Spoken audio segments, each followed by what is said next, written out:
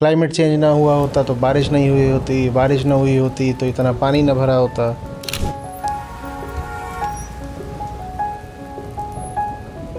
पानी ना भरा होता तो टैक्सी मिल जाती। टैक्सी नहीं मिली तो धनिया ने लिफ्ट ले ली। वही लिफ्ट नुन्नू बन गई। यात्रा लंबी थी। बताओ, नुन्नू का माँ कौन बाप कौन? जब तक तुम्हें बौरा ही ना कह दिया जाए तब तक मानना भी मत कि जिंदगी में इतनी भी सच्चाई है।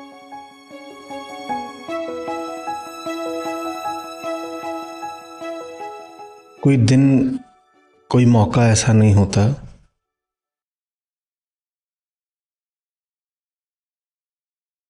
शायद कोई पल ऐसा नहीं होता जब यही सवाल किसी न किसी रूप में हमारे सामने न हो। ये ठीक कि वो ठीक, इधर उचित उधर सही, है ना? पकड़ूं कि छोड़ूं, खरीदूं कि ना खरीदूं, बेच दूं या रख लूं? यही तो जीवन के प्रश्न होते हैं। जितने भी प्रश्न होते हैं आप उनको देखेंगे तो वो सब बहुत आसानी से दिखेगा। एक ही बात कह रहे हैं, क्या सही है, क्या सही है, ठीक क्या है।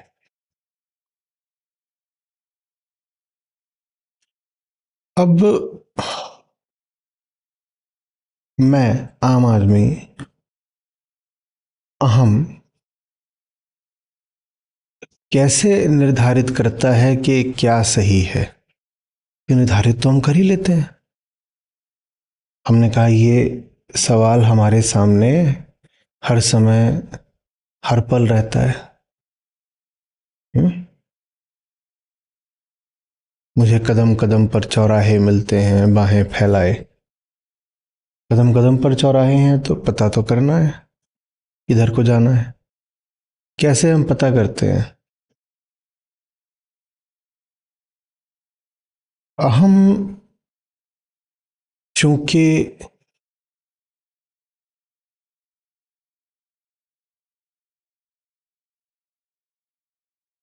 अपना नहीं है, मौलिक नहीं है, निजी नहीं है,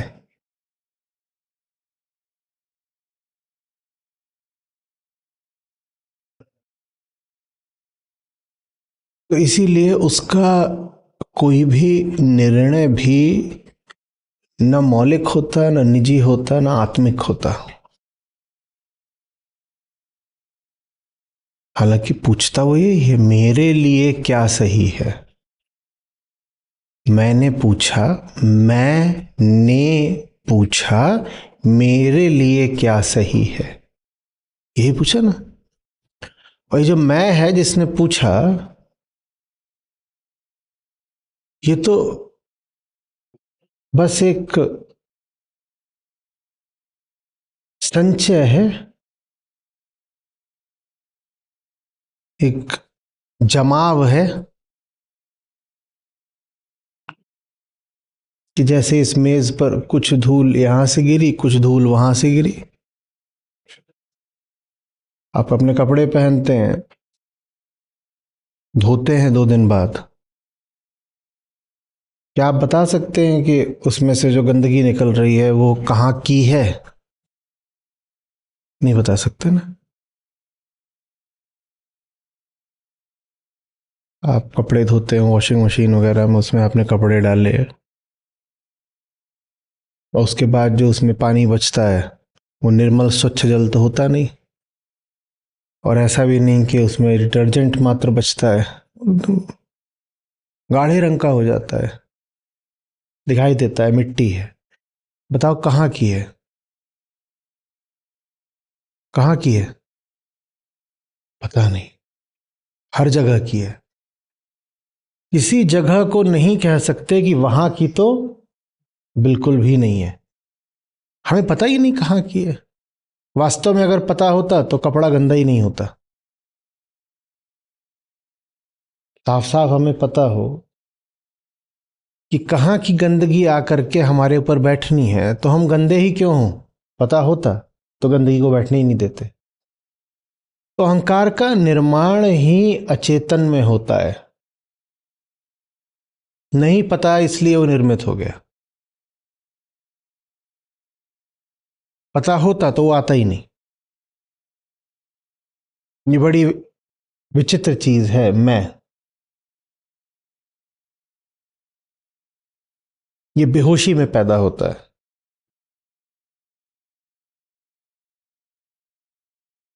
हुँ?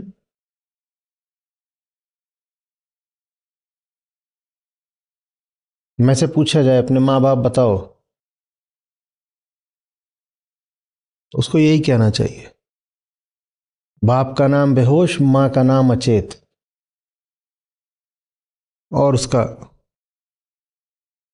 कोई नहीं है। अब वो है नहीं, धूल की तरह एक संचय मात्र है। लेकिन फिर भी वो पूछता है मेरे लिए क्या सही है, और वो इस प्रश्न का उत्तर भी दे लेता है। वो कहता है मैं जानता हूं मेरे लिए क्या सही है। हर व्यक्ति इस प्रश्न का उत्तर दे लेता है। ज्यादातर लोगों को कोई तकलीफ ही नहीं होती। अगर आपके सामने दिन में 100 बार ये सवाल आता है क्या करूं क्या ना करूं, तो 95 बार तो कोई तकलीफ होती ही नहीं। इतनी कम तकलीफ होती है कि ये भी नहीं पता चलता कि ऐसा सवाल आया था। सवाल का होना भी तब पता चलता है ना, जब जवाब थोड़ा कठिन हो। जिस सवाल का जवाब एकदम साफ हो, सामने हो, वो सवाल पता चलेगा क्या? पता चलता है? हम्म। आप गाड़ी चला रहे हो, वैसे तो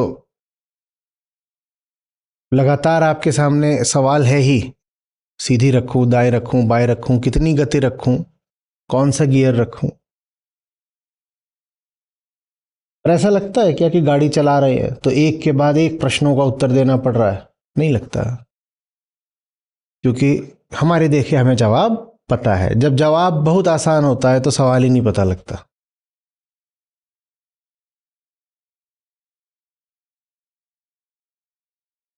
तो हमें पता भी नहीं लगता कि जिंदगी सवाल पूछ रही है, क्योंकि हमारे पास तैयार जवाब पहले से रखे हैं।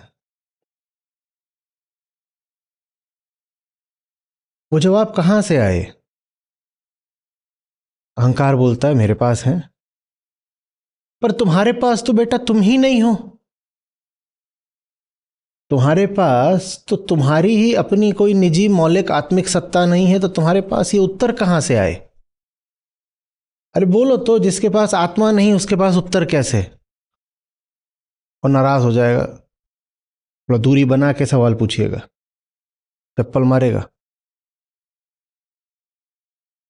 तेरे पास उत्तर ऐसे तैयार रखे हैं कि हमने कहा कि तुझे ये भी नहीं पता चलता कि सवाल पूछे जा रहे हैं। सवाल बाद में पूछा जाता है, तेरे पास जवाब पहले से तैयार रखा है। तो एक तो ये बात है कि तेरे पास सब सवालों के जवाब तैयार रखे हैं, और दूसरी बात यह है कि तेरे पास जवाब देने के लिए कोई आत्मिक बिंदु है ही नहीं। तेरे भीतर कोई है ही नहीं जो जवाब दे सके। तो तू जवाब देता कहां से है? कैसे दे लेता है? फिर ले जवाब ज्यादातर बड़े आसान है, कुछ ही सवालों में अटकता है बस। और दिन में एक आध दो दफे ही तो होता है जब आप कहते हो अब करूं क्या। या ऐसा होता है कि पग पग पर ठिठकते हो? ऐसा तो नहीं होता। सब ठीक है, बढ़िया, हाँ पता है, ये भी पता है, वो भी पता है। कैसे पता है? अहम माने वो जिसे कुछ नहीं पता है, पर भरोसा जिसे है कि उसे सब कुछ पता है। कुछ भी पता चलने की शुरुआत होती है अपना पता चलने से। उसे अपना ही नहीं पता तो दूसरे मुद्दों के बारे में उसे बस झूठा भरोसा है कि उसको पता है। और इस झूठे भरोसे की भी शुरुआत होती है अपने बारे में न जानने से। मैं हूं, यही एक झूठा भरोसा है ना। तुम क्या हो? कुछ नहीं।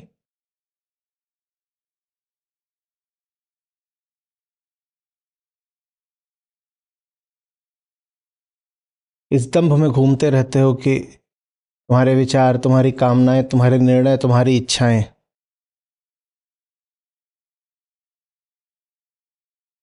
और अतीत से लेकर आज तक के विद्वानों ने बार बार बोला कि तुम्हारी इच्छा जैसा कुछ है नहीं। तुम इतने बंधे हुए हो, इतने अचेत हो कि तुम्हारे लिए फ्री विल शब्द का कोई अर्थ ही नहीं है। तुम्हारा तो सब कुछ ही तयशुदा है, डिटर्मिनिस्टिक है, पूर्व निर्धारित है। ऐसा नहीं कि ये अनिवार्य है कि तुम्हें एक तयशुदा जिंदगी जीनी है। पर बेहोशी में और क्या होगा? एक पत्थर जैसे हो जो गति कर रहा है। पत्थर क्या गति करेगा, ये बात पत्थर से पूछकर नहीं जानी जाती। पत्थर क्या गति करेगा ये जानने के लिए उस आदमी को देखा जाता है जो पत्थर को लात मारने वाला है। पत्थर जैसे हैं हम। तो जो पत्थर एक पड़ा, उसे आगे पूछ रहे हो, जी बताएं आगे का क्या आपका कार्यक्रम है? कहिए 1 से 2 कब होने वाले हैं? उससे मत पूछो, ये उस ताकत से पूछो जिसके हाथ में हथौड़ा है। वो बताएगी कि ये 1 से 2 कब होंगे। अभी पड़ेगा, फट से 2 हो जाएंगे। और पत्थर से पूछ रहे हो, पत्थर भी हैं करके बता रहे, देखिए हमारा तो ऐसा है कि भविष्य के बारे में हम बहुत सोच समझ कर फैसला करते हैं। फिलहाल हम यहाँ अचल समाधि में बैठे हैं। न्यूटन मुस्कुरा रहे हैं, बोल रहे हैं कुछ भी नहीं है, लॉ ऑफ इनर्शिया है। जब तक किसी की लात नहीं पड़ रही तब तक यहाँ पड़े हैं। और दावा क्या है? ये तो हमारी स्वेच्छा है, फ्री विल है कि हम यहाँ पड़े हैं, अचल हैं, अटल हैं, महान है। कुछ नहीं हो, अचेत हो, निष्प्राण हो, इसलिए पड़े हुए हो। समझ में आ रही है बात?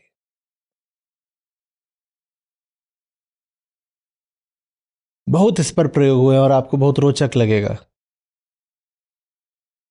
जैसे जैसे विज्ञान की क्षमता बढ़ती जा रही है और अब तो एआई के साथ और आसान होता जा रहा है, और रोचक प्रयोग होते जा रहे हैं, और जटिल प्रयोग होते जा रहे हैं।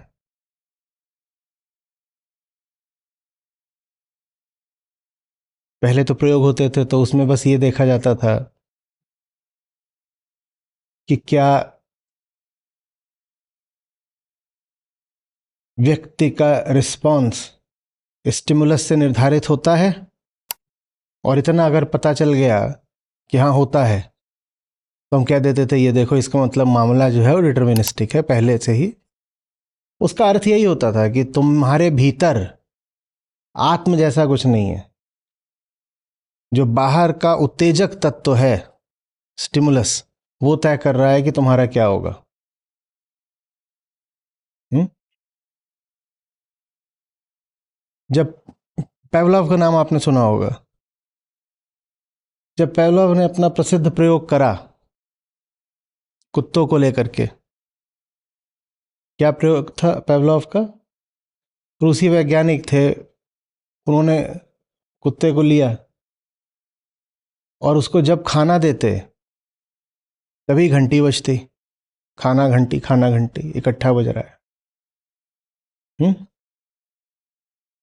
खाने के कारण उसके लार बहती। अब कुत्तों की लार खूब बहती है तो वो देखा जा सकता है, जिन्होंने कुत्ते पाले हो जानते होंगे, पता चल जाता है लार बह रही है। तो खाना आता, कुत्ते की लार बहती, तभी घंटी भी बजती। तो ये बात ऐसा लगे जैसे कि भाई ये तो प्राकृतिक है, खाना देख करके तो लार बहेगी ही। लार क्यों बही?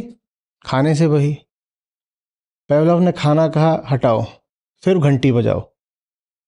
8-10 बार खाना दिया, घंटी बजाई, फिर कहा खाना हटाओ, खाली घंटी बजाओ, लार बह रही है अभी भी। बड़ी गजब बात हो गई। इसका मतलब लार का भोजन से कोई रिश्ता ही नहीं है। इसका मतलब लार का भोजन से कोई रिश्ता नहीं है। घंटी मालिक हो गई है। घंटी तय कर रही है कि लार बहेगी। आप ये तक भी नहीं कह सकते कि आप अपने शरीर के चलाए चलते हो। देखो शरीर किसके चलाए चल रहा है? प्रकृति ने ऐसी तो व्यवस्था नहीं करी थी ना कि आदमी की लार बहेगी या कुत्ते की लार बहेगी घंटी सुन के। प्रकृति ने करी थी, पर देखो ऐसी व्यवस्था भी करी जा सकती है कि आपकी लार बह रही है घंटी सुन करके। तो जब पेवलोव ने प्रयोग कर लिया तो लोगों को बड़ा धक्का लगा कि ये क्या हो रहा है, क्योंकि पेवलोव कह रहे थे यही बात इंसान पर लागू होती है। लोगों का तो मनुष्य की गरिमा के खिलाफ है, हम ऐसे थोड़ी हैं। तो फिर आगे और प्रयोग किया गया, कहा इस बार इंसानों पे करेंगे। इंसानों पर कैसे किया गया कि बच्चे लिए गए। बच्चे लिए गए और जैसे स्कूल में बच्चे बैठते हैं, ऐसे मेज होती है, बैठते हैं ऐसे, मैं बैठा हुआ हूं और नीचे घुटना है, अपना घुटना वो देख नहीं सकते, ऐसे बैठे हैं, ये रही मेज और नीचे घुटना है, दिखाई तो दे नहीं रहा अपना घुटना। बच्चे लिए गए और नीचे उनके घुटनों के पर थोड़ा एक हथौड़ा लकड़ी का वो मारा गया। जब लकड़ी का हथौड़ा पड़ता है तो जैसे आपने सुना नी जर्क रिएक्शन, घुटने पे थोड़ा सा भी कुछ पड़े तो घुटना एकदम ऐसे चिहुकता है। और ठीक जब घुटना मारा जा रहा है तो सामने एक बत्ती जल रही है। उधर हथौड़ा पड़ना है घुटने पे और सामने तो बत्ती जलनी है। तो ऐसा 5-10 बार किया गया और फिर हथौड़ा रोक दिया गया, सिर्फ बत्ती जलाई गई और बच्चे उछलने लगे। उधर बत्ती जलती, इधर बच्चा उछलता। अभी सुनो और आगे की बात। बच्चों को बता दिया गया बेटा कोई हथौड़ा नहीं है, आराम से बैठो। बत्ती जलती, बच्चा अभी भी उछलता। कुत्ते को तो बताया भी नहीं जा सकता था ना, बच्चे को बता दिया गया। माने चेतना हमारी ऐसी बंधन में है कि साधारण ज्ञान भी उसको मुक्त नहीं कर सकता।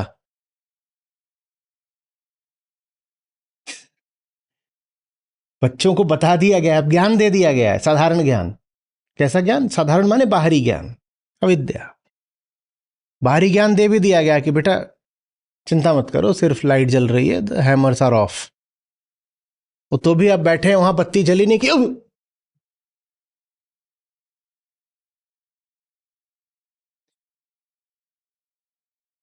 ये पूरी प्रयोगों की एक श्रृंखला थी, उसको मैं जोड़ करके एक में बता रहा हूं जैसे एक हो, पर उसका सार यही था।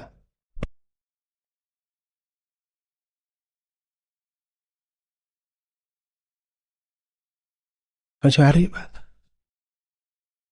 कोई बच्चा बोले, पूछा गया कि तू उछला क्यों, और बच्चा बोले मैंने तय किया, मेरा फैसला है। तो अब ये बात कितनी झूठी लगेगी ना, क्योंकि प्रयोग से प्रमाणित कर दिया गया है कि बात एकदम झूठी है, एकदम झूठी है। लेकिन वही बच्चा बड़ा हो जाएगा, अपनी जिंदगी के फैसले करेगा और बार बार दावा करेगा कि मैं सोचता हूं, मैं जांचता हूं, मैं तौलता हूं, मैं अपने हिसाब से फैसले करता हूं। तो हम कहेंगे ये तो साहब उसका अधिकार है, ये उसकी निजी जिंदगी है, ये उसकी स्वेच्छा है, freedom to this, freedom to that,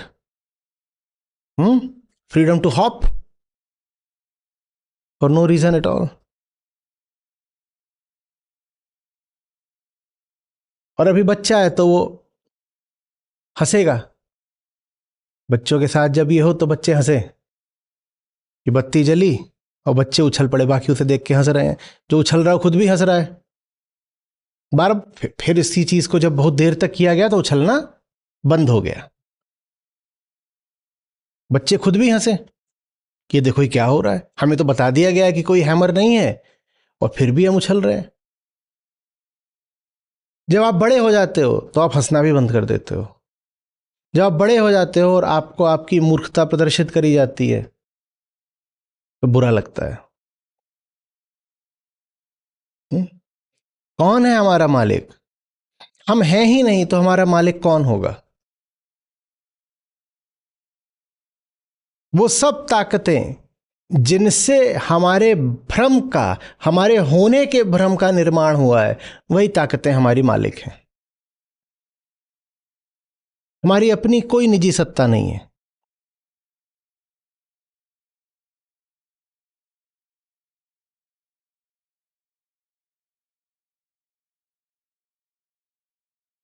अध्यात्म आपको बेहतरी देने के लिए नहीं होता। अध्यात्म वास्तव में आपको अस्तित्व देने के लिए होता है। अध्यात्म से पहले आप होते ही नहीं हो। किसी प्रकरण में एक बार मैंने कहा था, गुरु आपको ज्ञान नहीं देता, गुरु आपको पैदा करता है, वो आपको जन्म देता है। गुरु आपको ज्ञान नहीं देता, वो आपको जन्म देता है। हम होते ही नहीं, हम हैं ही नहीं। ठीक वैसे जैसे एक पत्थर को ये कहने का कोई हक नहीं है कि वो है, वैसे ही आम इंसान को भी ये कहने का कोई हक नहीं है कि वो है। हम बिल्कुल पत्थर समान ही हैं।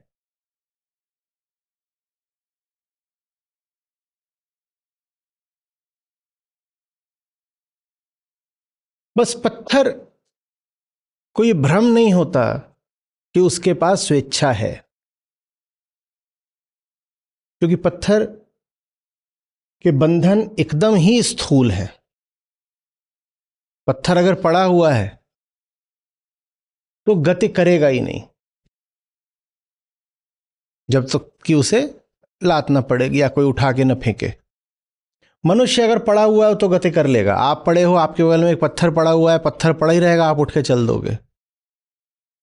हमारे बंधन सूक्ष्म है। हम चूंकि उठ के चल देते हैं तो हमें लगता है कि हमारे पास कोई निजी सत्ता है, आत्मा है, भीतर कोई एजेंसी है, कोई तो है भीतर जो इस शरीर को चला रहा है और हमारी जिंदगी के फैसले कर रहा है। क्योंकि देखो, पत्थर तो उठ के नहीं चल पाया ना, पर मैं उठ करके चल दिया, तो निश्चित रूप से मेरे भीतर कोई है। माने कि मैं और पत्थर अलग अलग हैं। नहीं, आप उठकर चल तो दिए, इसका मतलब ये भी तो हो सकता है कि आप और पत्थर बिल्कुल एक जैसे हो। बस पत्थर को चलाने वाला बाहरी, उसका मालिक बाहर ही होता है, और आपको चलाने वाला बाहरी, आपका मालिक आपके भीतर घुसकर बैठा होता है। क्या ऐसा नहीं हो सकता? क्या ऐसा नहीं हो सकता? तो हमारे बंधन सूक्ष्म हैं। चूंकि सूक्ष्म हैं, आंखों को नहीं दिखाई देते, तो हमें यह भ्रम हो जाता है कि हम चैतन्य हैं। ऐसा जबरदस्त भ्रम हो जाता है कि हम चैतन्य हैं कि हम मानने लग जाते हैं, देखो शरीर को देखते हैं तो दिखता है जड़ है, पर दावा तो यही है कि हम चैतन्य हैं। तो उस दावे को स्थापित करने के लिए हम कहते हैं ये जड़ होगा। कहो, भीतर कोई बैठा है जो चैतन्य है, और जो भीतर चैतन्य बैठा है उसको हम क्या नाम दे देते हैं? मैं, जीवात्मा। तो जीवात्मा अहंकार की बड़ी से बड़ी चाल है। हम अपने आप को ये साबित करना चाहते हैं कि हम पत्थर समान नहीं हैं। हमारे भीतर कोई बैठा है जिसके पास स्वामित्व है, सत्ता है, फ्रीडम है, एजेंसी है।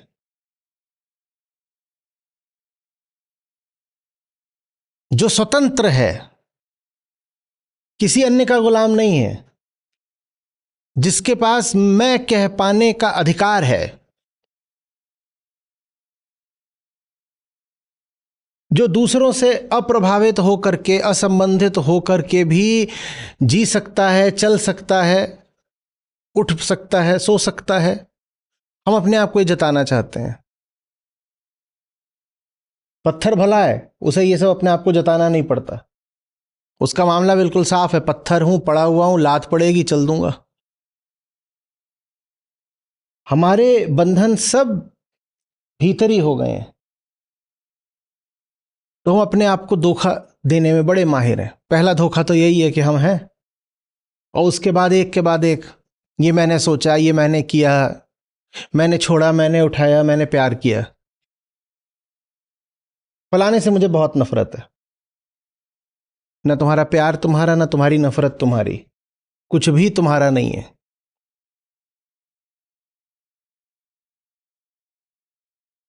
समझ में आ रही बात?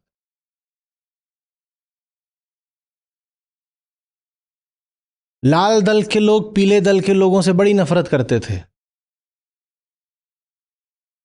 और इस विषय पर बहुत सारे बड़े रोचक नाटक लिखे गए हैं, कुछ फिल्में भी बनी हैं। कुछ नहीं करना है, बस ये दिखा देना है कि दो समुदाय हैं, दो दल हैं, दो लोग हैं, वो एक दूसरे से बड़ी नफरत करते हैं। और जो लाल दल वालों का नेता है, मुखिया है, बिल्कुल जब दोनों के बीच जंग छिड़ने ही वाली है, तो उसको पता चलता है कि वो तो पीला है। वो अस्पताल में नर्स ने गड़बड़ कर दी थी।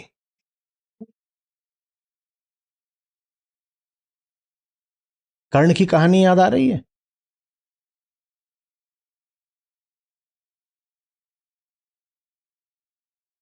अब गजब उसकी किंग कर्तव्य विमूढ़ता, क्लासिकल डिलेमा। मैं ये हूं कि मैं वो हूं। वो फट गया भीतर से, दो फाड़ हो गए उसके। मैं ये हूं कि मैं वो हूं, मैं कौन हूं?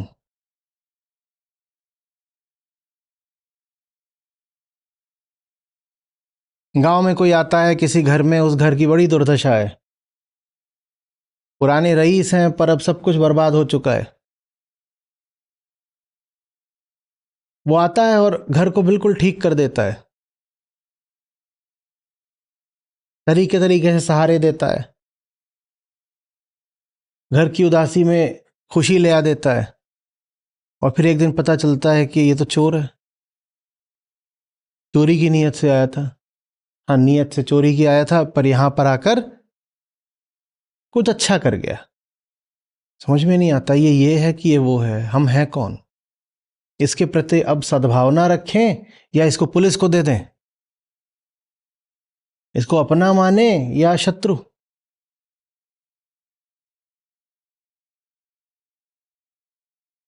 क्योंकि हमारा जो कुछ भी है संयोगिक है। संयोग से कोई आ गया था, और संयोग से ही ये सूचना भी आ गई कि जो आया है वो चोर है। सब कुछ संयोगिक है।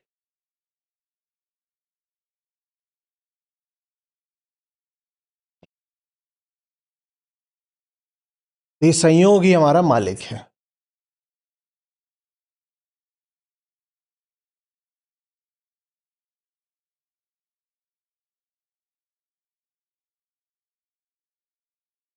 संयोग ने हमें नाम दे दिया, संयोग ने हमें शरीर दे दिया, संयोग ने मान्यताएं दे दी।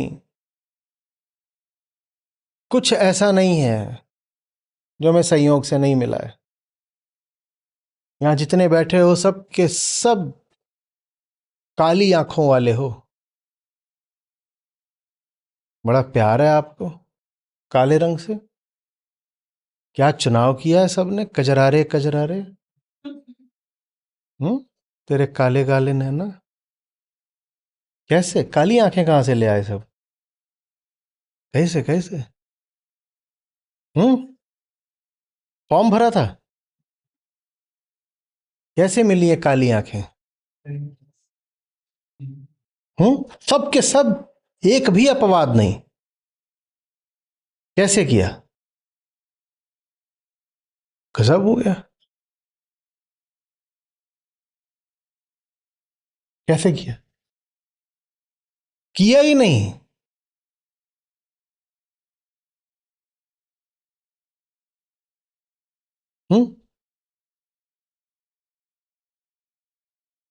एक सज्जन है, उनको अपने पौरुष पे बड़ा अभिमान है। वो कहते हैं पुरुष ही तो पृथ्वी की शान होता है।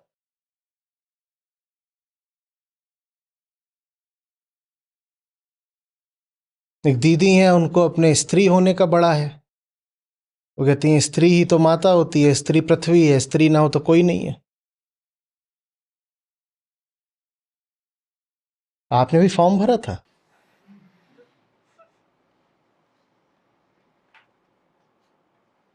कुछ ऐसा बता दो जो आपके जीवन में संयोगिक ना हो, कुछ बता दो।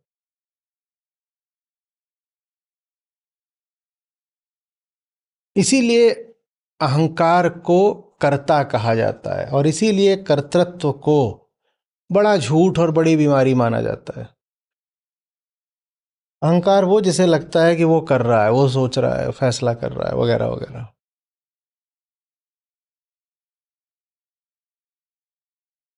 हम्म? उस दिन बारिश ना हुई होती तो रात को टैक्सी मिलना इतना मुश्किल नहीं होता। ठीक। और बारिश क्यों हुई उस दिन रात को? क्योंकि पूरी दुनिया ने मिल करके कार्बन एमिशन कर करके क्लाइमेट चेंज कर रखा है, पूरी दुनिया ने मिलके। तो अक्टूबर के महीने में भी बारिशें हो रही हैं रात में। तो बारिश हुई, और ऐसी बारिश हुई कि पानी वानी भर गया, टैक्सी ही नहीं चल रही हैं। क्लाइमेट चेंज ना हुआ होता तो बारिश नहीं हुई होती, बारिश ना हुई होती तो इतना पानी ना भरा होता, पानी ना भरा होता तो टैक्सी मिल जाती। अब टैक्सी नहीं मिली तो धनिया ने लिफ्ट ले ली।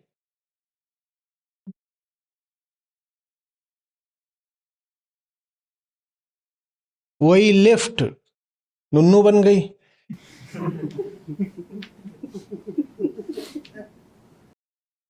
यात्रा लंबी थी।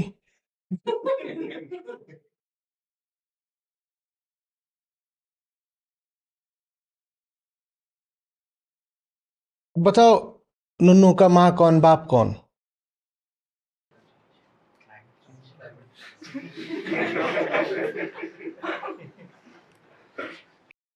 और कैसे होता है? ऐसे ही तो होता है।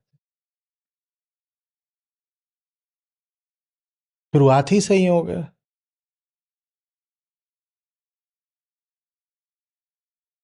ये जो सब बैठे हैं हम लोग कुर्सियों पर, हमारी तो शुरुआत ही संयोग है।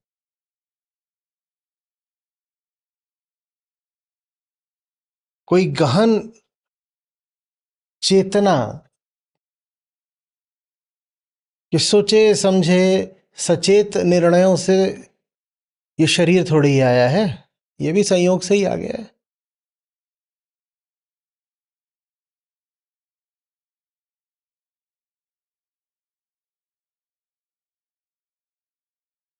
जो संयोग से आता है वो आत्मा से बहुत घबराता है।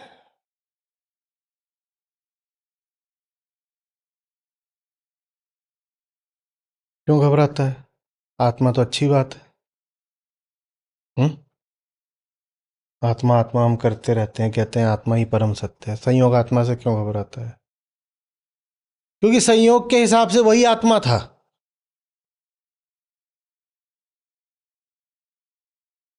मैं घूम रहा हूं, घूम यहां पे, मैं क्या नाम क्या है तुम्हारा? कलंदर। और जितने लोग हैं सब माने बैठे हैं कि मेरा नाम है कलंदर, ये रहे कलंदर कलंदर। और तभी एक आ जाता है भीतर, मस्त। वह मस्त कलंदर ऐसा मस्त है कि पक्का है कि अगर ये कह रहा है कि ये कलंदर है तो यही होगा, मेरे जैसा नहीं हो सकता। मुझे उससे समस्या होगी ना। अब मस्त कलंदर से क्यों किसी को समस्या हो? होनी ही नहीं चाहिए। समस्या होगी लेकिन अगर आप खुद कलंदर बने बैठे हैं तो, क्योंकि उसके आते ही आप पकड़े गए। राज फाश हो गया कि आज तक आपने झूठ बोला था। अहम आत्मा बनकर बैठता है, कुछ नहीं है उसमें, पर मैं चिल्लाता है, मेरा ये, मेरा वो, ऐसा वैसा, मुझे ये अच्छा लगता है खाने में, मुझे वो नहीं लगता है खाने में।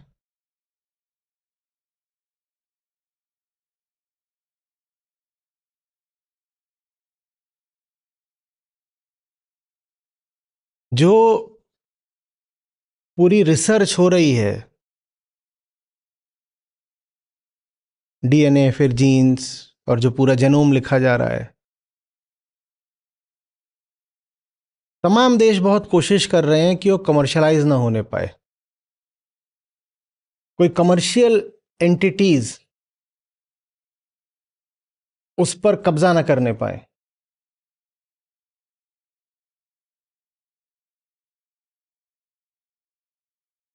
अगर आपकी जेनेटिक सामग्री, जो आपके जीन्स के भीतर आपकी हस्ती की पूरी किताब है, वो किसी के हाथ लग जाए, उसके लिए बहुत आसान हो जाएगा आपको कुछ भी बेच देना। उसे साफ पता है कि आपको क्या दिखा दिया जाएगा तो आप ले लोगे, और आप ले लोगे ये कह के कि आपको पसंद आया। लेकिन जो आपको पसंद आना है वो आपके जन्म के समय ही आपकी एक एक कोशिका के नाभिक में लिखा होता है।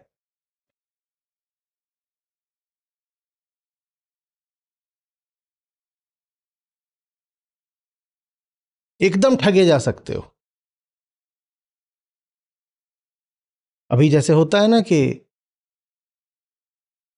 आपका जितना ऑनलाइन कंटेंट है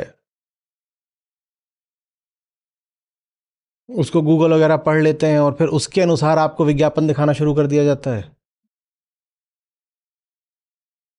उदाहरण के लिए आप पाओ कि आपने जा कर के सर्च करा है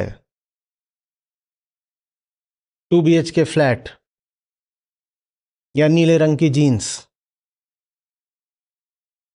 तो आपको बड़ा ताज्जुब होगा। आपने उधर सर्च करा और इधर उधर तमाम तरफ से आपके पास जीन्स ही जीन्स के विज्ञापन आने शुरू हो गए। सिर्फ ईमेल में ही नहीं, हर तरफ से। ये कैसे हुआ? उन्हें सब पता है। वो एक बार आपके बारे में पता कर लें, उसके बाद आपको घेरना बहुत आसान हो जाता है। और आपके बारे में जो चीज पता करने पर आपकी कुंडली ही खुल गई, वही असली कुंडली है। वो कुंडली नहीं है जो ये लोग बनाते हैं ज्योतिषी वगैरह। असली कुंडली है जेनोम। एक बार वो खुल गई तो फिर तो आप बच ही नहीं सकते।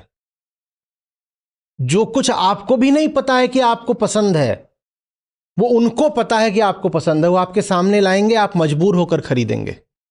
इससे बड़ी गुलामी क्या हो सकती है? जो खुशबू आपने कभी सूंघी नहीं, वो जान जाएंगे कि ये खुशबू है, इसको सूंघा दो, ये आदमी तुम्हारे पीछे पीछे चलेगा कुत्ते की तरह। दुम हिलाता बिल्कुल पीछे पीछे चलेगा, बस इसे ये खुशबू सूंघा दो, और आपको वो खुशबू बता दी जाएगी और आप आ जाओगे। और आप ये नहीं कहोगे कि मैं इस खुशबू का दीवाना हो गया, गुलाम हो गया। आप कहोगे ये तो मेरा फैसला है। समझ में आ रही बात? हमारी गुलामी इतनी गहरी है, पर हम अपने आप को कहते हैं हम हैं, मैं कुछ हूं, मैं जीवात्मा हूं। जब वास्तविक कोई ऐसा आ जाता है जो संयोगों के चलाई नहीं चल रहा, तो जैसे आत्मा ही खड़ी हो गई सामने। अहम आत्मा से बहुत घबराता है, कहता है अगर वो असली है तो प्रमाणित हो गया कि मैं तो नकली हूं।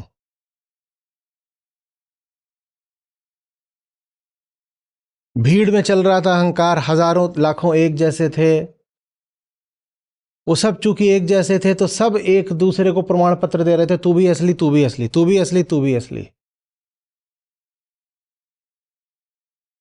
सलमा सलीम आपस में शादी करने बैठे, मौलवी पूछ रहा है, वो भी बोल रहा कबूल है, वो भी बोल रही कबूल है। जैसे दोनों के पास स्वेच्छा का अधिकार हो ये बोलने का कि कबूल है कि नहीं है। तुम बोल के दिखा दो नहीं कबूल है, दिखाओ। तो सब यही माने बैठे हैं कि हम तो अपने हिसाब से चल रहे हैं। और चूंकि इन्होंने भी बोला कबूल, उन्होंने भी बोला, तो दोनों को लगा कि इधर भी फ्री विल है और इधर भी है। ऐसे हजारों लाखों लोग भी एक साथ हों तो भी उनकी जान निकल जाती है जब बुद्ध, कृष्ण, कबीर जैसा कोई उनके सामने आता है।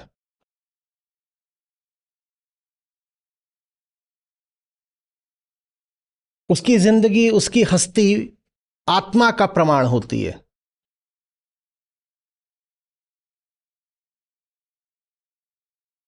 और अगर आत्मा वैसी है जैसी उस व्यक्ति की जिंदगी में परिलक्षित हो रही है, तो फिर तुम कौन हो? क्योंकि तुम तो कल तक अपने आप को बोल रहे थे मैं ही आत्मा हूं। पर आत्मा का अगर दर्शन करना हो तो कृष्णों को देखना पड़ता है। मुक्त पुरुष की आरसी साधु की ही देह। मुक्ति क्या होती है? बोलते हैं वैसे तो बात अगम्य की है, सोचने समझने देखने की है ही नहीं, अलग है। पर फिर भी अगर तुमको इशारा पाना हो कि मुक्ति क्या होती है, तो साधु की देह देख लो, माने जीता जागता साधु देख लो, इसको मुक्ति बोलते हैं। इशारा मिल जाएगा, कुछ ये नहीं कि वही चीज है। अब बड़ा बुरा लगता है 1000 खड़े हो मिल करके और सबने एक दूसरे को प्रमाणित कर रखा हो कि तू भी आजाद, मैं भी आजाद। 1 करोड़ ऐसे खड़े हों और उनके सामने एक बुद्ध आ जाए, तो उस एक ने इन 1 करोड़ों को झूठा साबित कर दिया। 1 करोड़, 5 करोड़, 10 करोड़ सब झूठे साबित हो गए। बड़ा बुरा लगता है।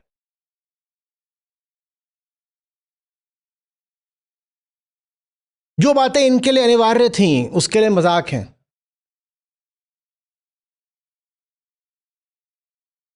जो लक्ष्मण रेखाएं इनके लिए अलंघ्य थीं, उन रेखाओं को उसने कब का मिटा दिया।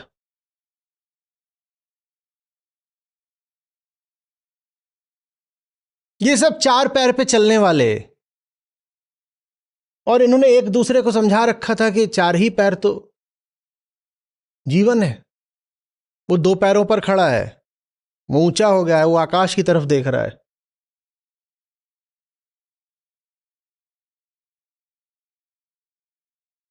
आकाश की ओर उठी उसकी निगाह प्रमाण होती है इस बात का कि धरती पर लौटना जरूरी नहीं है। एक अकेला काफी होता है। हम कह रहे हैं करोड़ों को झूठा साबित करने के लिए। बड़ा बुरा लगता है। जब इतना बुरा लगता है तो फिर लोग कहें कबीर बौराना।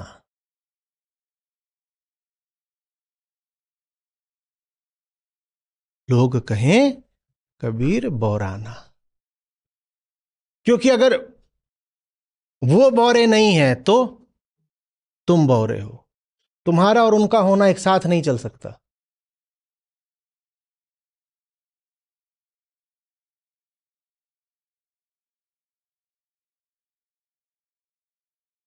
संसारी साधु दोनों की हस्ती एक साथ तो सच हो नहीं सकती।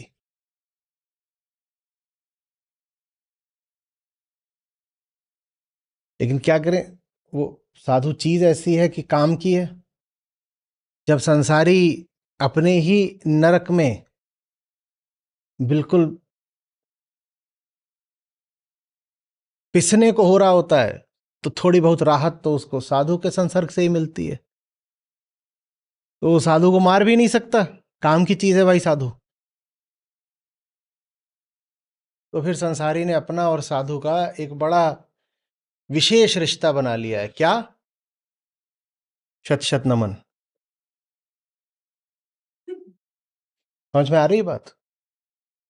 दूर से नमस्ते करो और कट लो।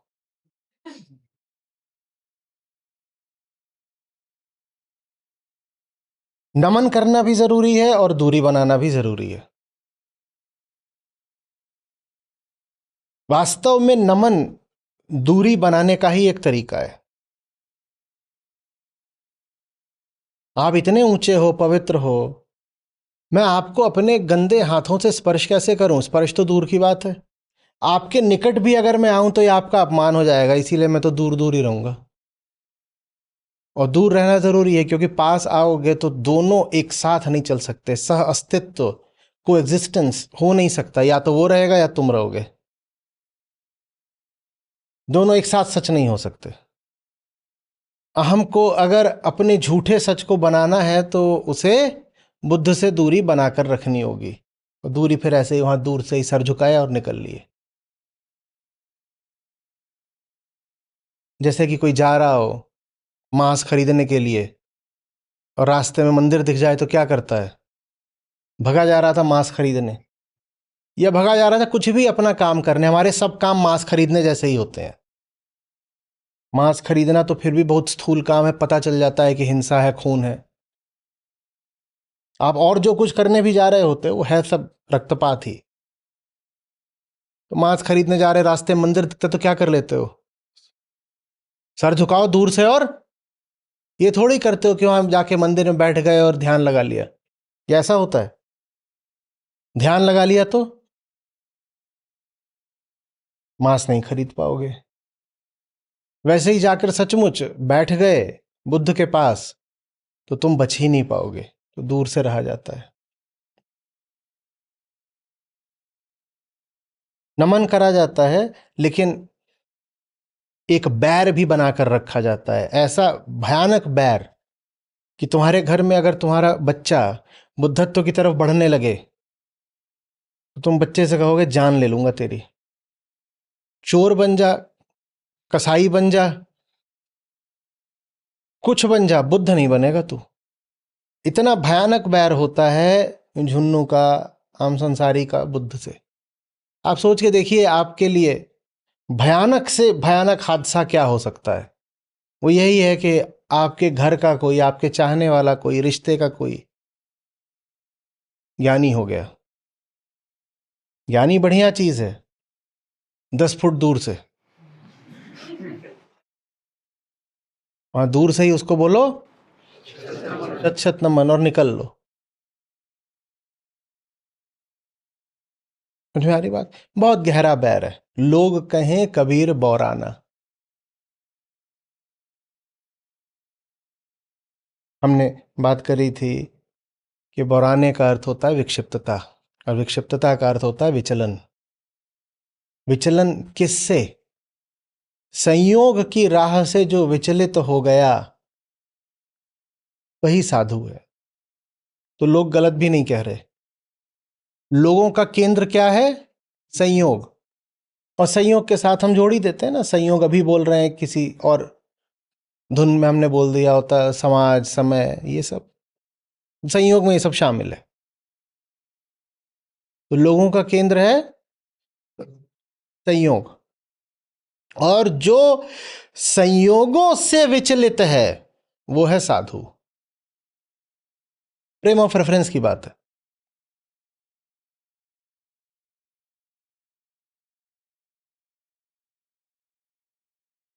तो आप उसको जिस भी तरीके से देखिए, वास्तव में नाम सब अलग अलग हैं, उनके लिए केंद्रीय चीज एक ही होती है, आत्मज्ञान।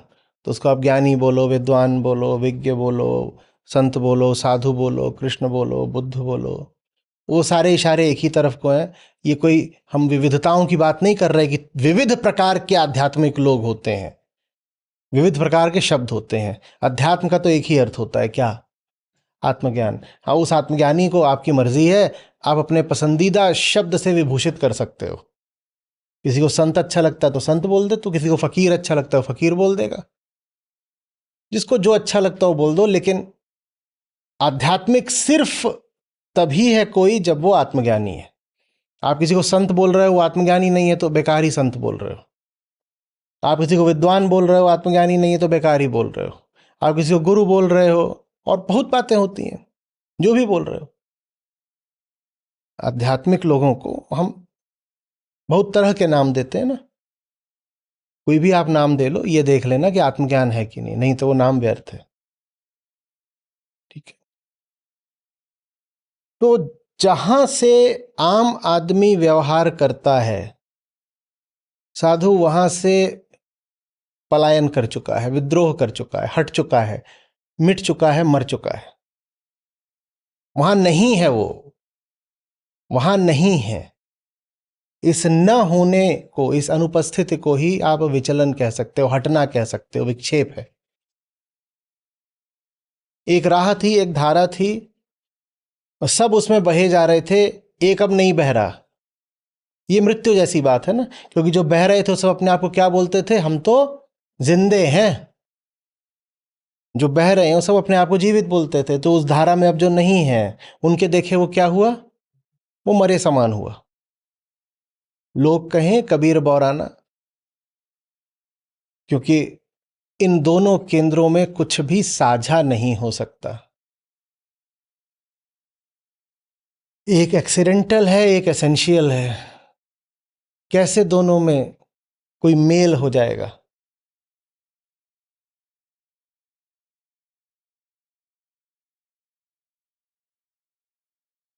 एक संयोगिक और एक आत्मिक।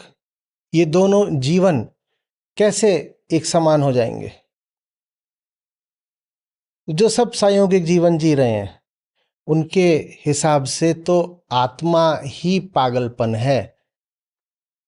मजबूरी है उनका ऐसा कहना, क्योंकि उनके हिसाब से तो वो स्वयं ही आत्मस्थ हैं। उनके हिसाब से तो वही जीवात्मा है।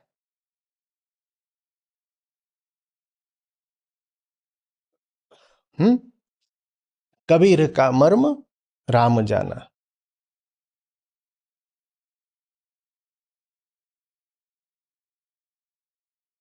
मूर्खता की आंखों से तुम जब बोध को देखोगे तो वो बोध तुम्हें मूर्खता जैसा लगेगा, और मूर्खता की आंखों से जब तुम मूर्खता को देखोगे तो मूर्खता तुम्हें बुद्धिमानी का कोई रूप लगेगी।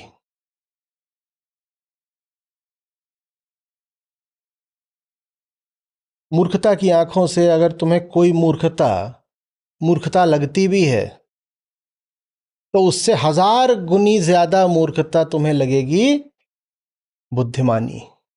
बुद्धिमानी से मेरा आशय बोध है।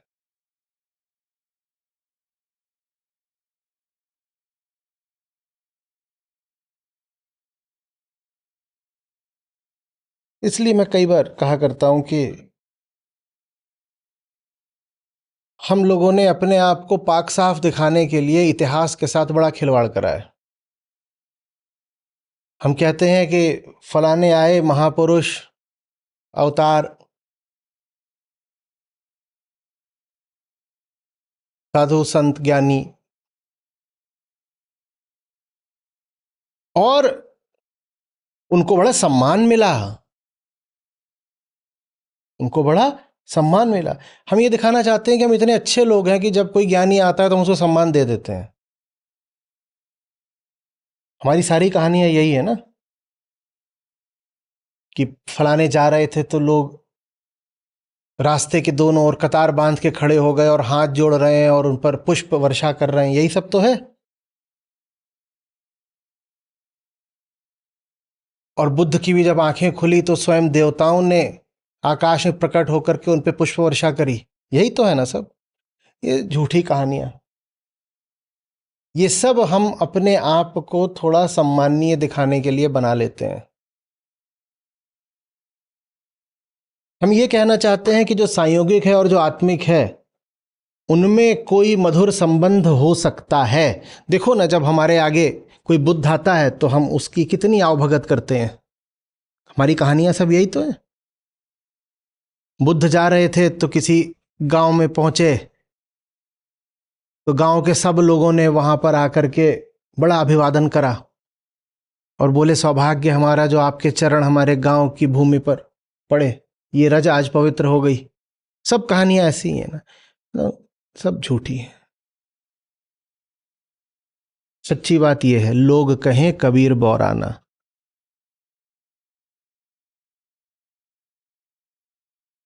न जाने ये कैसे पड़ी रह गई।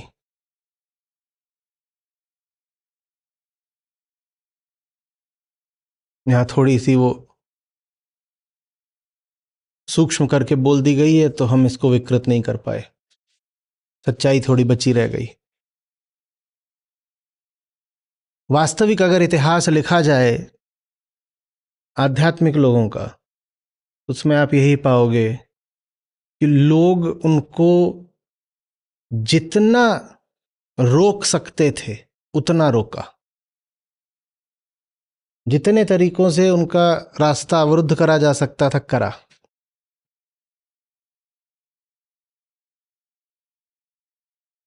जितना असम्मान दिया जा सकता था दिया गया।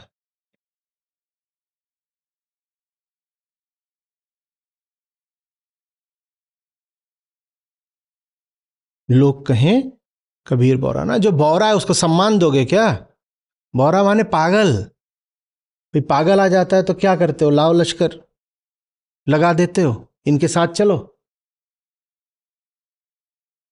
पलकियां बिछा देते हो, आइए आइए चरण वंदना। ऐसा होता है क्या? तो ज्ञानियों के साथ भी हमने सद्व्यवहार करा हो, यह संभव ही नहीं है। हाँ, जब हमारे सारे दुर्व्यवहार के बाद भी वो डिगते नहीं है, अपना काम कर जाते हैं, तब हम फिर मजबूर होकर के कहते हैं नहीं नहीं, वो तो जब थे तो हम उनका साथ ही दे रहे थे। बेटा ये तुम बाद में उनको सम्मान दिखा रहे हो ना, ये तुम्हारी मजबूरी है, क्योंकि अब तुम्हारी हैसियत नहीं है ये स्वीकार कर पाने की कि जब तक तुम उन्हें रोक सकते थे तुमने उनको भरपूर रोका, भरपूर रोका।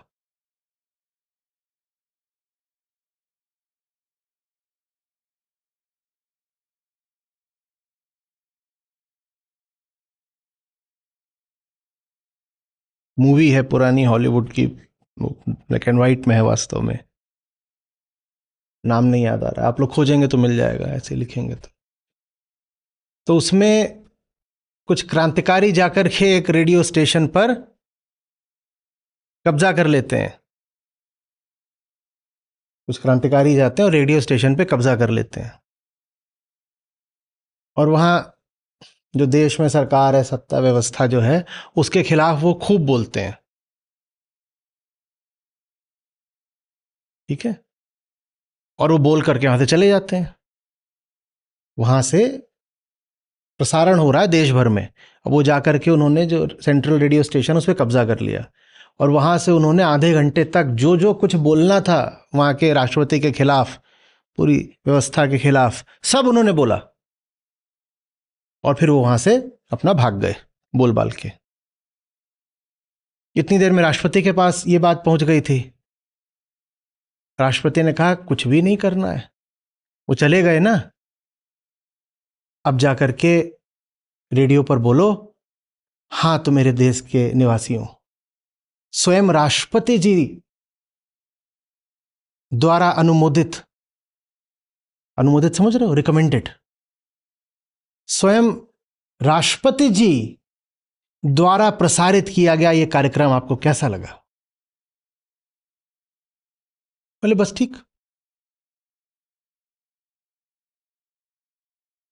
तो उसमें एक कोई कहता है पर आप ये कहना चाहते हैं कि ये जो हुआ वो आपकी मर्जी से हुआ? तो वो एक लाइन का जवाब देता है, बोलता है तो क्या तुम ये दिखाना चाहते हो कि जो हुआ वो तुम्हारी मर्जी के खिलाफ हुआ? क्या तुम ये जाहिर कर देना चाहते हो कि तुम्हारी मर्जी के खिलाफ जाकर के कुछ लोगों ने तुम्हारे रेडियो स्टेशन पे कब्जा भी कर लिया और आधे घंटे तक प्रसारण भी कर लिया? क्या तुम ये बात जाहिर हो देना चाहते हो कि जो हुआ वो तुम्हारे साथ जबरन हुआ, तुम बिल्कुल नहीं चाहते थे कि ऐसा हो, फिर भी हुआ? बोले तो ऐसा है, वो चले गए हैं ना, तो अब जाकर के बोलो हां जी। तो आकाशवाणी द्वारा प्रस्तुत एक कार्यक्रम आप सबको कैसा लगा बंधु? आज हमने आपको सरप्राइज दिया ना? बोले बस ठीक है, और इतना उसने कर दिया तो जितना वो क्रांतिकारी गए करके गए थे सब पर पानी फिर गया। समझ में आ रही बात? सवाल करता है जो भी उनका सलाहकार होता है, वो कहता है do you want to let them no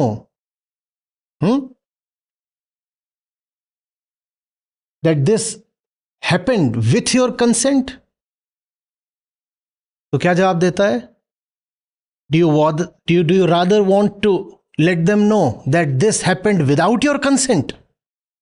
ये कितनी घातक बात होगी अगर जनता को पता चल गया कि ये सब कुछ हमारी कंसेंट के खिलाफ हो गया। क्योंकि अगर ये पता चल गया तो इसका क्या मतलब होगा? अगर सबको ही पता चल गया कि क्रांतिकारी आए और राज्य की पूरी व्यवस्था, पूरी ताकत के जोर के बावजूद आधे घंटे तक कब्जा करके राज्य में जो उनको ब्रॉडकास्ट करना था कर गए, तो इसका क्या अर्थ होगा?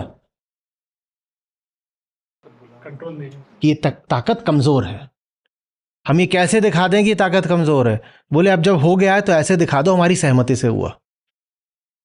अब जब हो ही गया है तो ऐसे दिखा दो जैसे हमारी सहमति से हुआ। ये हमारा शत शत नमन है। अब जब वो अपना काम कर ही गए तो उनको महान बना दो। जब तक जी रहे थे तब तक तो उनकी जान ले लो, पर अब जब वो सफल हो ही गए तो कह दो नहीं नहीं, उनको सफल कराने में हमारा भी योगदान है। जब बुद्ध आगे आगे चलते थे तो हम ही तो पीछे पीछे चलते थे। बुद्ध ने कोई अकेले ही थोड़ा इतना काम कर दिया, हमारे सहयोग से कराए। तुम्हारे सहयोग से नहीं करा है। तुम जितना भारी विरोध कर सकते थे तुमने सब कुछ कर डाला। ये तो उनकी जान है कि तुम्हारे पूरे विरोध के बाद भी वो जीत गए। अब जब वो जीत गए हैं तो क्या दिखाना है? हम उनके साथ ही थे। जैसे ही तुम ये दिखा देते तुम उनके साथ थे, तुम उनकी जीत का अर्थ छीन लेते हो। तुम उनकी जीत का महत्व बिल्कुल शून्य कर देते हो। क्योंकि जीत का महत्व तभी है ना जब तुम साफ साफ स्वीकारो कि तुम करोड़ों लोग उनके खिलाफ थे, तब भी वो अकेला बंदा जीता। अब उस जीत का कुछ अर्थ है ना? पर उनके जाते ही पीछे से ग्रंथ लिख दिए जाते हैं बताने के लिए कि वो तो जिस दिन पैदा हुए थे उसी दिन से हम सब खड़े हो गए थे, हमें पता था कि महामानव ने जन्म लिया है। बुद्ध पैदा हुए थे और तभी पहाड़ों से उतर करके एक सन्यासी आया और उनके पिता को बोला ये चक्रवर्ती सम्राट बनेगा। पहले से ही पता था। तो हम तो पहले ही पलक पावड़े बिछाए बैठे थे कि बुद्ध हैं बुद्ध हैं। जब बुद्ध को भी नहीं पता था वो बुद्ध है, हमें तब भी पता था।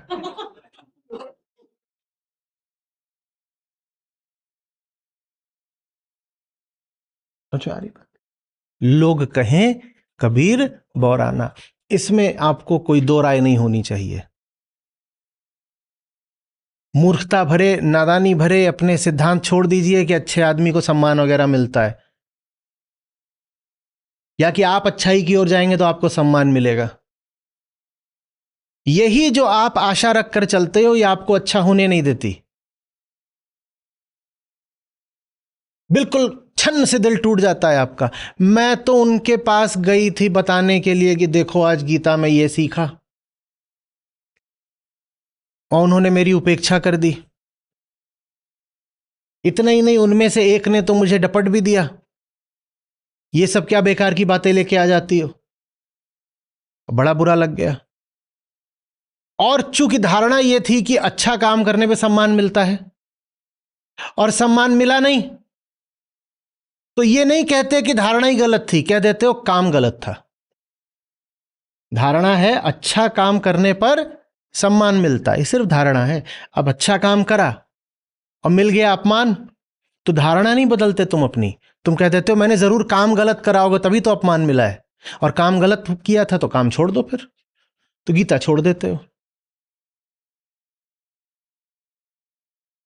इस राह चलोगे तो जगत से तो अपमान ही पाओगे। इस राह चलोगे तो ये उम्मीद ही बंधन बनेगी कि अच्छा काम करके भी, कि आत्मस्थ होके भी अहंकार से रिश्ता रखा जा सकता है। आत्मा का और अहंकार का कोई रिश्ता नहीं होता। सूर्य का और अंधेरे का क्या रिश्ता होता है बोलो? कहां दोनों को इकट्ठे देखा, बता तो दो।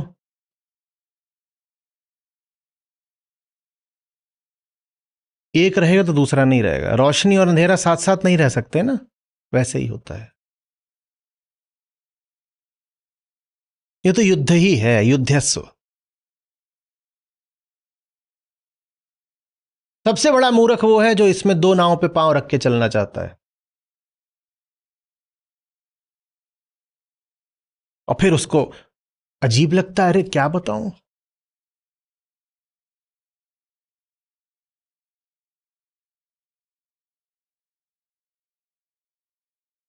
इतने अच्छे सब मेरे सब आत्मीय लोग हैं, स्वजन लोग हैं,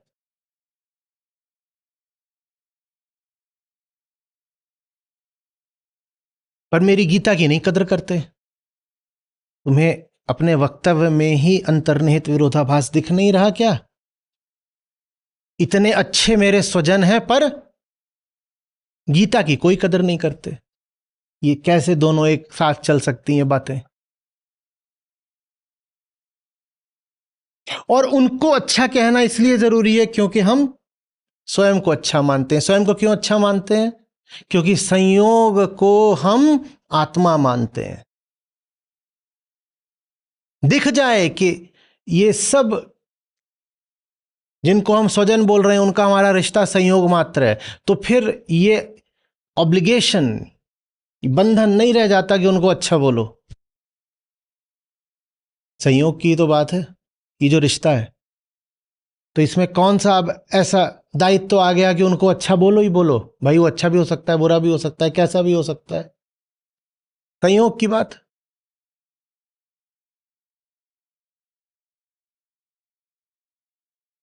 सबसे बुरी जो जो बुरी जो दुर्दशा होती है वो उनकी होती है जो ये दो नावों पे सवारी करने वाले होते हैं। और दो नावों पे सवारी करने का अर्थ यही नहीं है मेरी बात का कि दूसरी नाव को छोड़ दो। वो जो दूसरी नाव वाले हैं उनको आमंत्रण देना है हमारी नाव पर आ जाओ, लेकिन जिसको अपनी नाव पे बुला रहे हो उसकी नाव पे खुद चढ़ के थोड़ी बैठ जाओगे।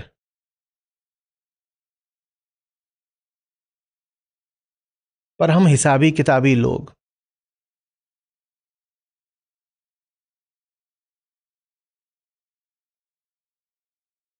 कहते हैं नहीं, बना के तो रखना बहुत जरूरी है, बना के रखना बहुत जरूरी है।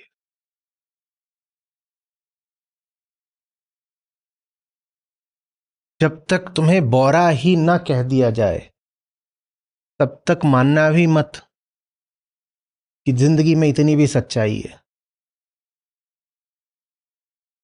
ये जो दुनिया की दृष्टि में अच्छे आदमी बने बैठे हो, हर दिन 3 बार कॉल करते हो, हर हफ्ते 2 दिन जाकर के वहां बैठ जाते हो, ये तुम किसको बेवकूफ बना रहे हो? दिख नहीं रहा कि बहुत ही ज्यादा डरपोक और स्वार्थी हो?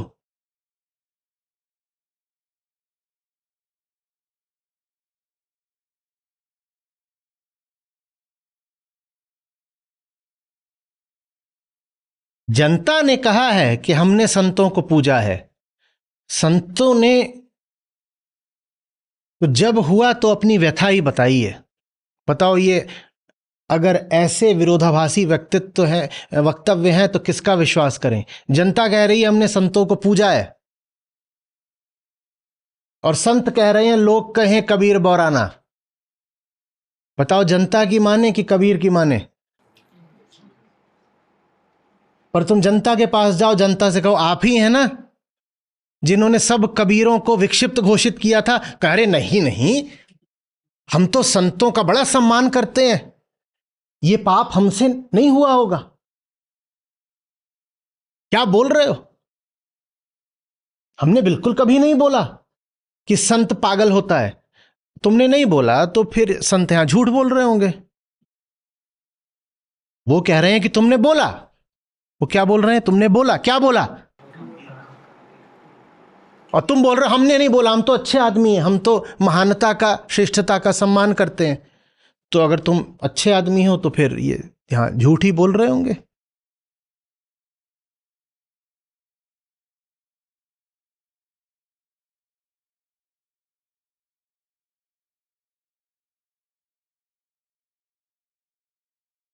बनाकर और बचाकर चलने की जो सीमा है वो बहुत जल्दी पीछे छूट जाती है। ना बनाकर चल पाओगे ना बचाकर चल पाओगे। और जिसको बनाकर और बचाकर चलना है उसको फिर सीमा के अंदर ही रहना होगा। और सीमा के अंदर संयोग है बस, और कुछ नहीं है। बंधन है बस, और कुछ नहीं।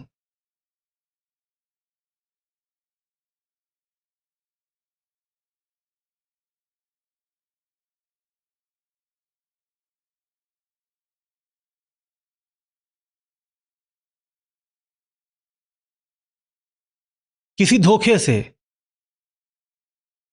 जैसे जीवन में सब कुछ संयोगवश है, ऐसे ही किसी संयोग से किसी बुद्ध का आपने सम्मान कर भी लिया कुछ समय तक, तो तभी तक है जब तक शत शत नमन दूर से हो रहा है।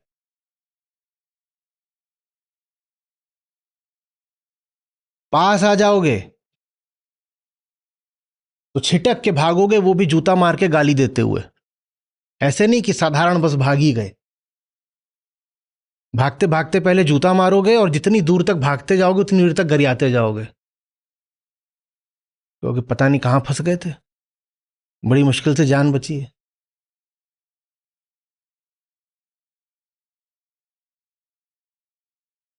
जिंदगी और मौत एक साथ कैसे चलें बताओ तो।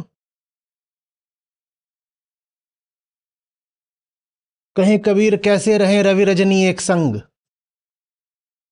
प्रकाश और अंधेरा, सूर्य और रात एक साथ कैसे रह सकते हैं।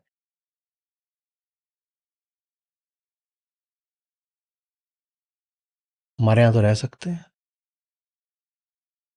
शुभ विवाह, रजनी संग रवि। वो कह रहे हैं कहें कबीर कैसे रहे रवि रजनी। लाखों जोड़े होंगे रवि रजनी के।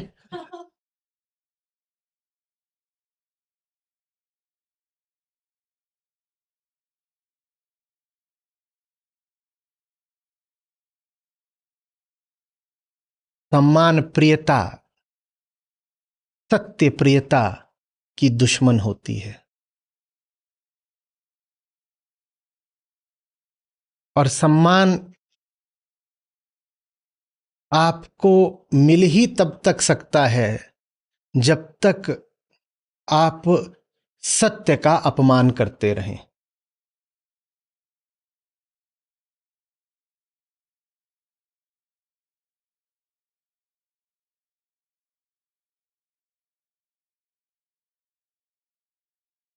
दुनिया से अपनापन माने सत्य से परायापन।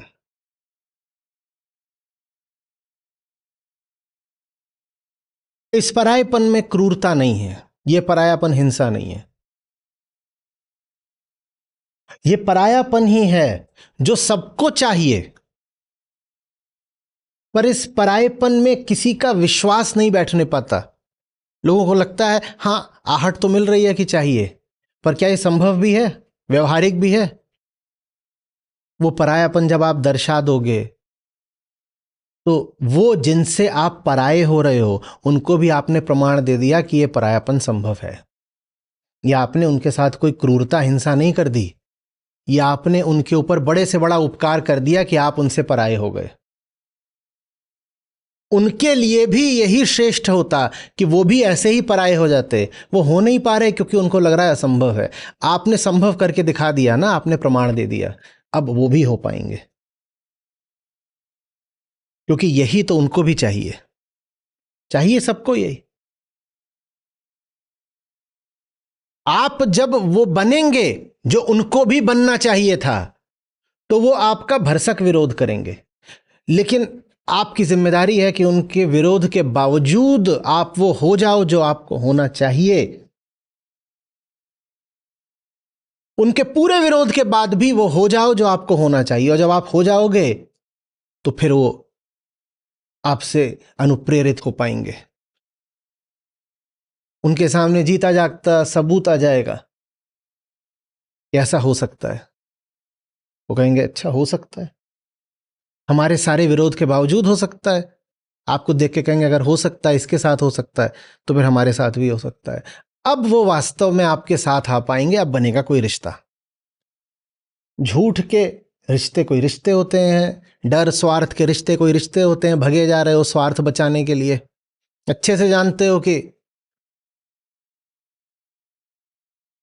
इस नजदीकी का कारण क्या है, कारण बस ये है कि कुछ मिल जाए, बैकअप ऑप्शन बना रहे, यही रहता है ना। काहे को किसी से भी बिगाड़ कर रखें।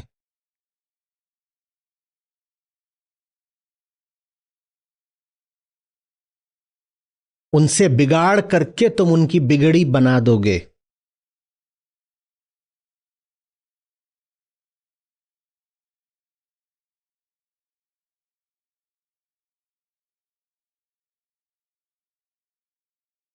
कई बार आप लोगों से मैंने जोनाथन लिविंगस्टन सीगल का जिक्र कराया।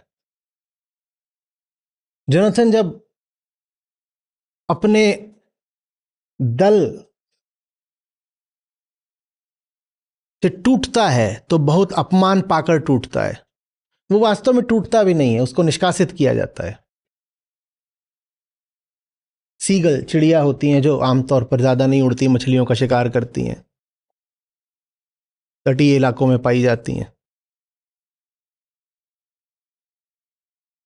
जोनाथन वैसी ही एक चिड़िया है, एक पक्षी है, उसको प्रतीक के तौर पे लिया गया है।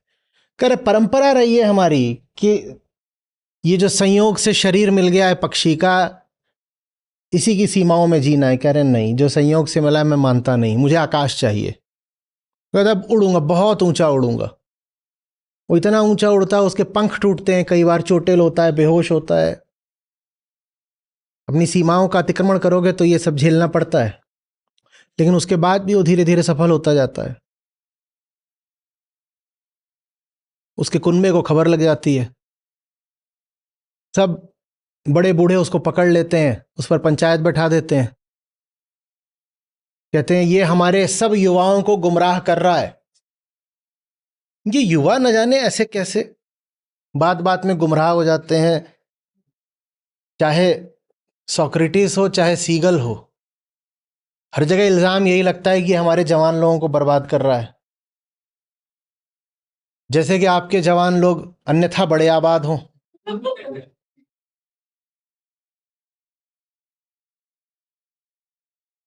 तो उसको निकाल देते हैं, बोलते हैं तू you are a bad influence, get lost. तो कहता है ठीक है, नमस्ते करके अपना चल देता है। जब वो चल देता है तब उसको पहले एक अच्छा प्रशिक्षक मिलता है और फिर एक गुरु ही मिल जाता है। उड़ान वो न जाने कब से भर रहा था, पर जब तक ऐसा होता था कि वो उड़ान भर करके वापस अपने कुटुंब में बैठ जाता था, उसको मिला ही नहीं गुरु। जिस दिन उसको निकाल ही दिया गया, उस दिन हुआ कि भला हुआ मुरी मटकी फूटी। उसको निकाल दिया गया उस दिन वो बड़ी जबरदस्त उड़ान भरता है, ऐसी उड़ान भरता है कि सब उसके पंख पंख सब छितरा जाते हैं, बेहोश हो जाता है, बेहोश हो जाता है। उसकी आंख खुलती है, वो किसी अलग ही जगह पर होता है, प्रकाश ही प्रकाश है चारों ओर। और पाता है कि वहां पर एक एक्सपर्ट फ्लायर बैठा हुआ है उसके सामने। उससे बोलता है ये क्या कर रहे हो, ऐसे थोड़ी उड़ते हैं, मजाक समझ रखा है क्या? जोनाथन पूछता है क्या गलती कर रहा हूं? बोलते हैं तुम गलती ये कर रहे हो कि तुम सोचते हो कि गति शरीर से आती है। नहीं, बंधन मन में है। हुँ? अब मैं पूरी आपको कहानी नहीं सुना दूंगा।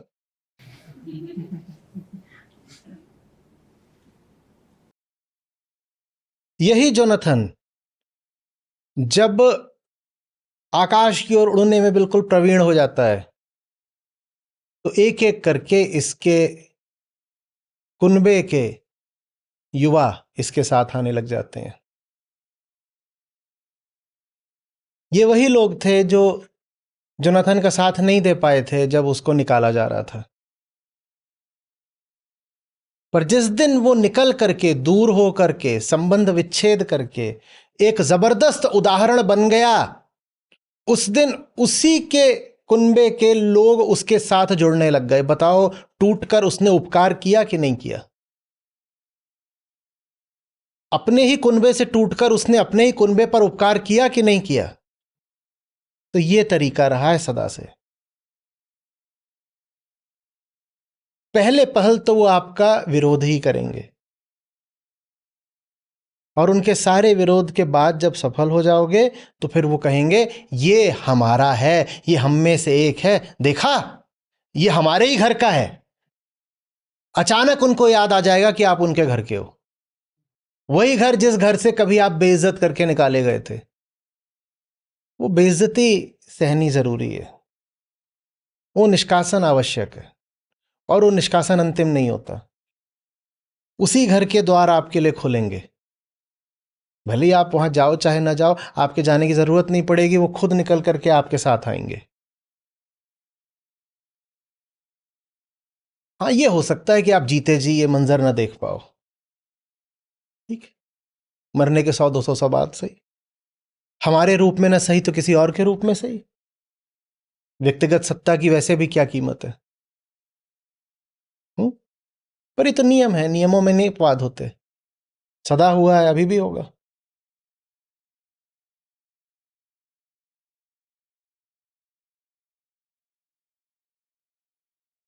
सच्चाई की कद्र सिर्फ सच्चाई ही कर सकती है। आप कैसे सच्चे आदमी हो कि आपकी कद्र सब झूठे लोग कर लेते हैं? कबीर का मर्म राम जाना, या कबीर का मर्म झुन्नूलाल जाना?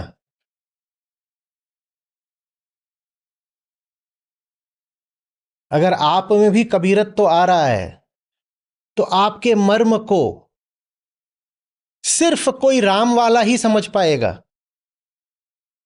आप कैसे हो कि आपका मर्म काम वाला भी समझ लेता है? कैसे आदमी हो आप? या यहां लिखा है कबीर का मर्म राम जाना, और कबीर का मर्म सुरेश जाना, और कबीर का मतलब, हाँ, है ऐसा? तो आपका मर्म कैसे सब जाने हुए बैठे हैं?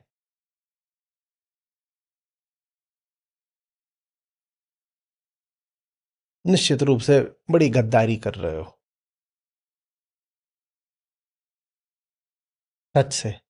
तो क्या करेगा? झूठ से गद्दारी करें? झूठ से गद्दारी गद्दारी होते ही नहीं, क्योंकि झूठ होता ही नहीं। झूठ माने वो जिसकी कोई सत्ता नहीं, झूठ माने वो जो बस प्रतीत होता है नहीं। तो उससे अगर गद्दारी कर भी दी तो किसी से गद्दारी नहीं करी, क्योंकि झूठ तो है ही नहीं।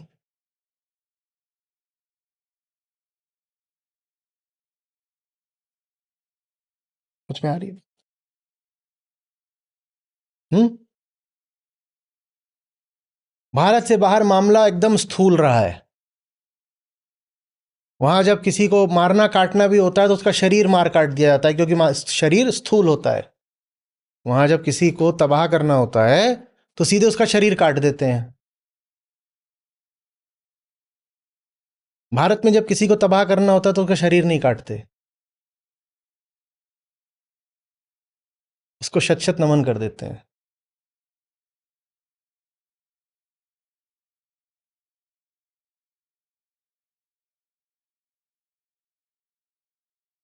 न्यू टेस्टामेंट है, उसमें जीसस की एक बात याद आती है।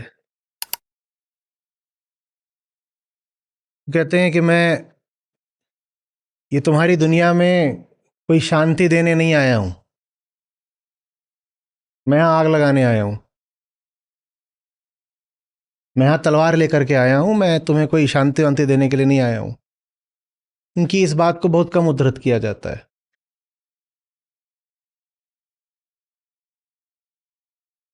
और इस बात में अभी अगर कोई संशय रह गया हो तो एक जगह पर और कहते हैं वो कि जब तक तुम अपने समाज से, अपने घर से, अपने परिवार से, अपने माँ से, बाप से, अपने भाई से, अपने बहन से, यहां तक कि स्वयं से भी नफरत नहीं करते, मेरे पास आना मत।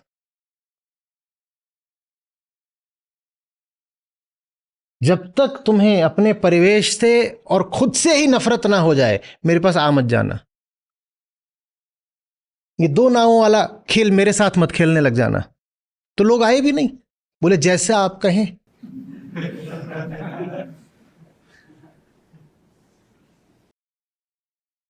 और ऐसी बातें कर रहे थे, तभी ले आके सीधे उनको टांग दिया, काट दिया। भारत में हम किसी को टांगते काटते नहीं है। हम आध्यात्मिक लोग हैं, तो विरोध भी हम गहरा करते हैं पर सूक्ष्म करते हैं। बाहर से हाथ जोड़ लेंगे और भीतर से बिल्कुल वैसे ही रह जाएंगे जैसे हम हैं।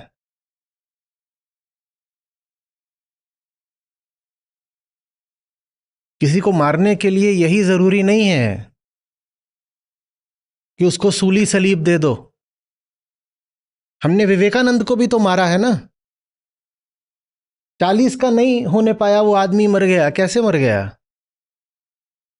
हमने कह दिया उन्होंने समाधि ले ली? नहीं, हमने उनको इतनी बीमारियां दे दी कि उस पहलवान जैसे शरीर वाले आदमी को मरना पड़ा। ये हमारा मारने का तरीका है।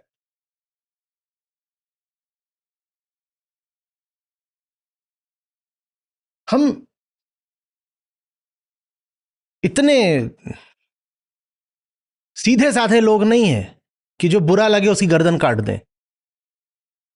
हम ऐसे लोग होते हैं कि जो बुरा लगता है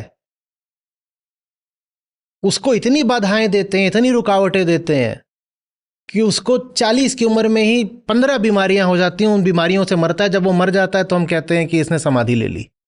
शत शत नमन। क्योंकि वो व्यक्ति अपने शरीर के लिए तो जी नहीं रहा है, वो तो जी रहा है अपने काम के लिए। उसका काम होने ही मत दो। जितने तरीकों से हो सके उससे धोखा करो, रोज रोज उससे धोखा करो, हर तरीके से उसको बाधा दो।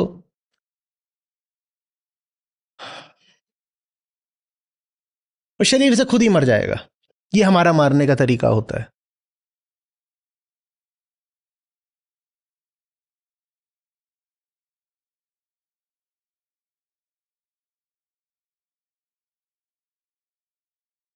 भारी बात समझो।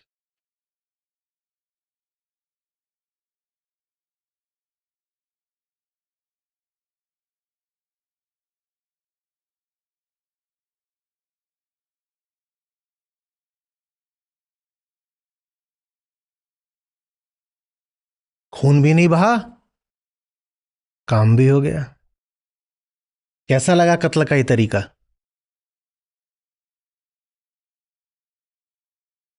किसी पे कोई इल्जाम नहीं आएगा, काम भी हो जाएगा।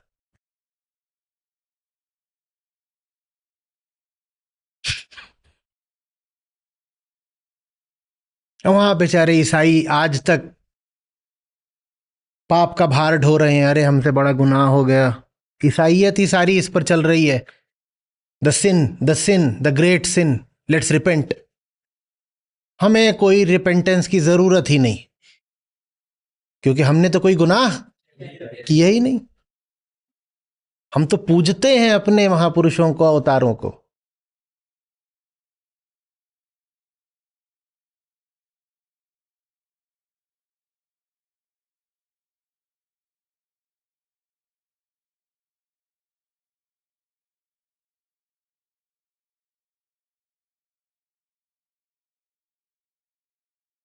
दोनों को एक साथ पूजा नहीं जा सकता।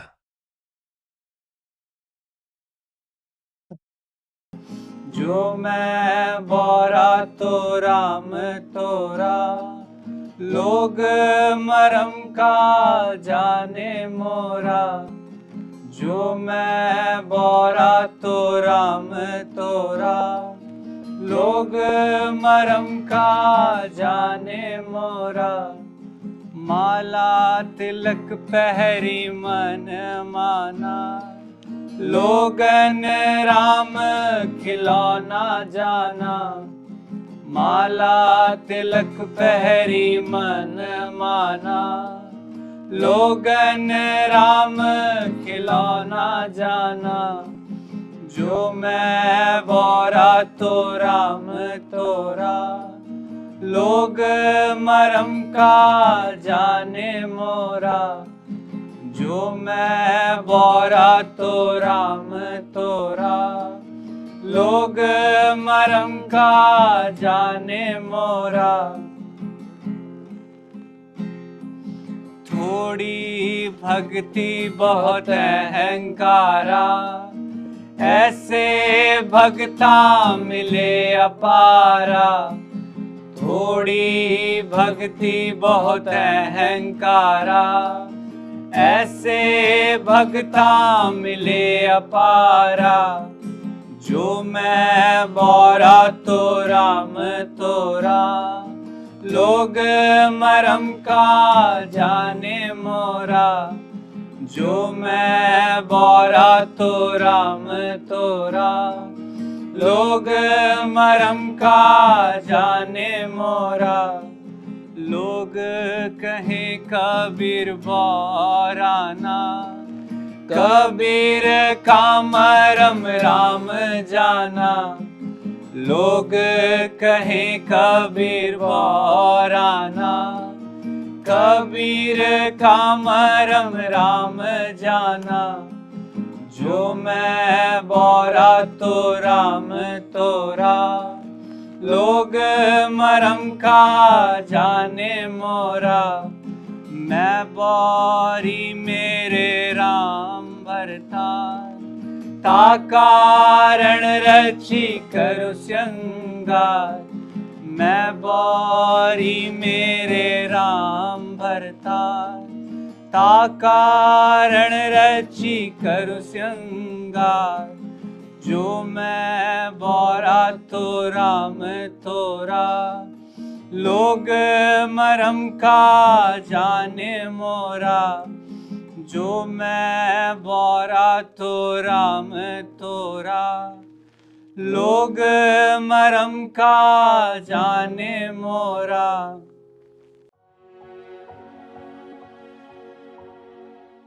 जी, मेरा नाम दिवाकर कुमार है। मैं आचार्य जी की शिक्षाओं से 2 साल से जुड़ा हूँ। फिलहाल मैं एक प्राइवेट जॉब करता हूँ रेस्टोरेंट में। तो सर, आज की जो मेरी सीख है उसमें आचार्य जी ने आत्म संशय के बारे में बताया कि आत्म संशय कैसे संशय आत्मा बन जाती है। तो आत्म संशय जो हमें जन्म से ही मिलता है, क्योंकि हमें पता नहीं होता, तो बहुत सारी चीज़ों को हम अपना पहचान बना लेते हैं। और चूँकि आत्मज्ञान की हमें शिक्षा नहीं होती है, तो हम अपनी तरफ नहीं देख के बाहर की चीज़ों को अपने दुख का कारण मानते हैं, जो संशय आत्मा होती है। इसके अलावा आचार्य जी ने बताया कि दुनिया का आकलन करने से पहले हमें स्वयं का आकलन करना चाहिए।